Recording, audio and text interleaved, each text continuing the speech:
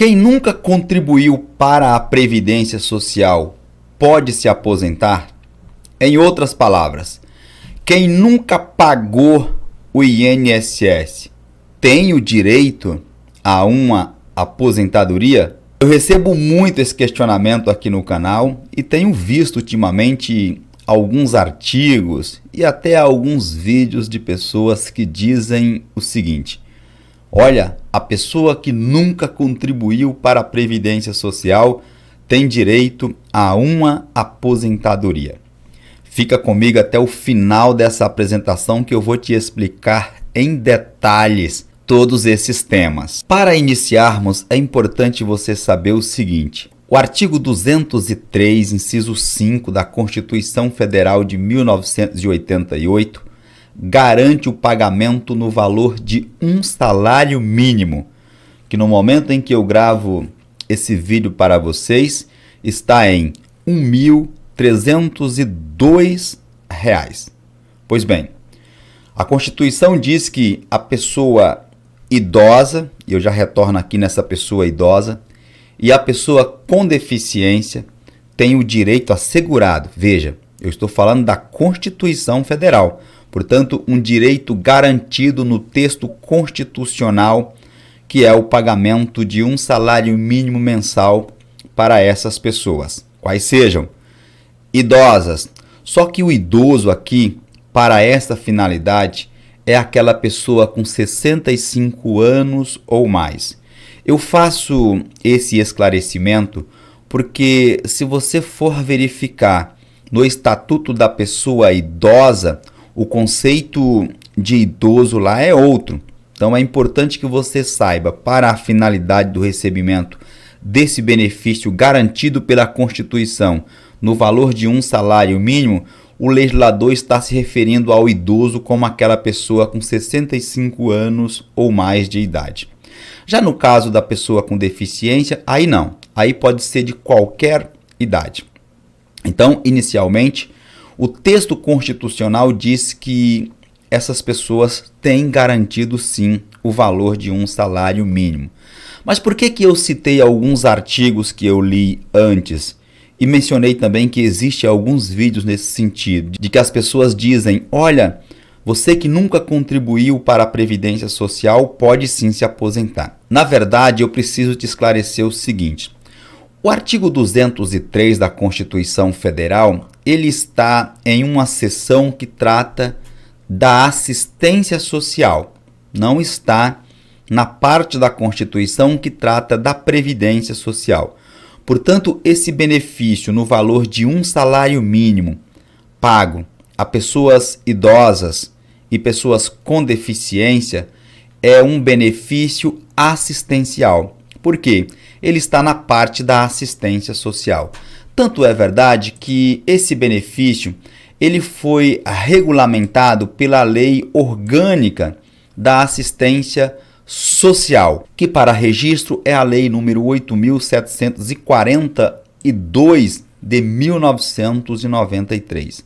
Essa lei regulamenta o artigo 203 da Constituição Federal em seu artigo 20. Então, o artigo 20 da Lei 8.742 regulamenta aquilo que disciplina a Constituição Federal no seu artigo 203. E lá na Lei Orgânica da Assistência Social diz que, para a pessoa ter direito a esse benefício no valor de um salário mínimo mensal, independentemente de ter contribuído para a Previdência Social. Aí sim, o texto da lei diz que não precisa que a pessoa, para ter direito a esse benefício, tenha que contribuir para a Previdência Social. Walter, uma dona de casa com 65 anos de idade nunca pagou uma contribuição sequer para a Previdência Social. Mesmo assim, essa pessoa pode receber esse benefício? Sim, o legislador fez isso exatamente para acudir esse tipo de pessoas que nunca contribuíram para a Previdência Social, entretanto, chegou à velhice e agora vai ficar desassistida? Não, o legislador pensou nisso e garantiu, assegurou o pagamento mensal de um salário mínimo. Portanto, aquela pessoa que nunca contribuiu para a Previdência Social tem sim direito a um benefício no valor de um salário mínimo mensal, mas não é uma aposentadoria. Muito embora em diversas regiões do Brasil, você vai conversar com uma pessoa que recebe esse benefício e ela vai dizer para você: olha, eu sou aposentado, sou aposentada há anos e recebo um salário mínimo. Se você verificar, irá perceber que se trata do benefício de prestação continuada, o BPC-LOAS, é assim que ele é chamado popularmente. Mas na essência, trata-se de um benefício assistencial, porque ele está na seção da Constituição Federal que trata da assistência social. E para fazer jus para receber esse benefício, a pessoa evidentemente tem que cumprir alguns requisitos, como por exemplo, no caso do idoso, 65 anos ou mais de idade. A pessoa com deficiência tem que comprovar essa deficiência e ter uma renda per capita, ou seja, por pessoa da família, de no máximo um quarto de um salário mínimo. Nós tivemos uma alteração em 2020 na legislação em que mudou para a seguinte situação: essa renda per capita ela deveria ser inferior a apenas meio salário mínimo. Mas aí logo na sequência nós tivemos a alteração em 2021 pela Lei 14.176, disse o seguinte: renda per capita inferior a um quarto do salário mínimo.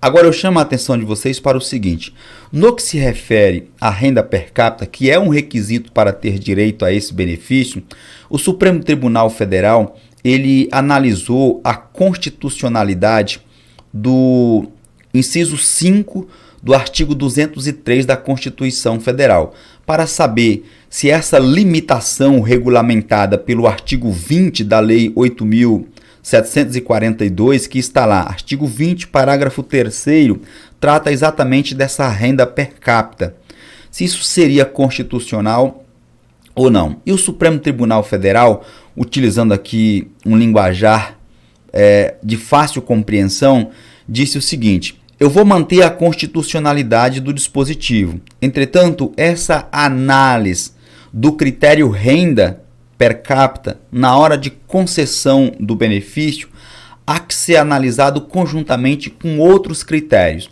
Então, não é regra geral que um quarto do salário mínimo seja uma barreira, seja um dispositivo dificultador para a concessão desse benefício a pessoas idosas e pessoas com deficiência. Não, deve-se analisar o caso concreto.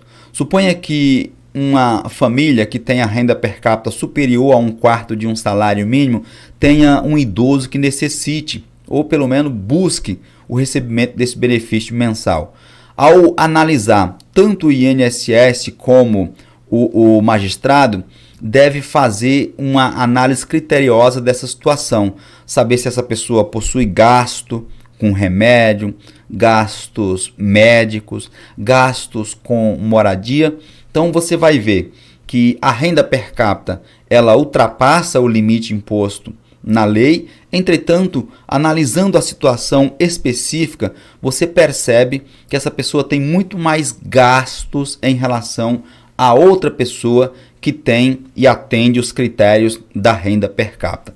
Então isso deve ser analisado com muito cuidado, por isso que tem que se estudar o caso específico. Isso tudo que eu estou falando para vocês está lá no recurso extraordinário número 567.985, tema 27, e temos uma ADI também, que é uma ação direta de inconstitucionalidade, que discutiu tudo isso que eu acabei de explicar sobre o critério renda. ADI, para aqueles que quiserem anotar o número, ADI número 1.232 de 2001.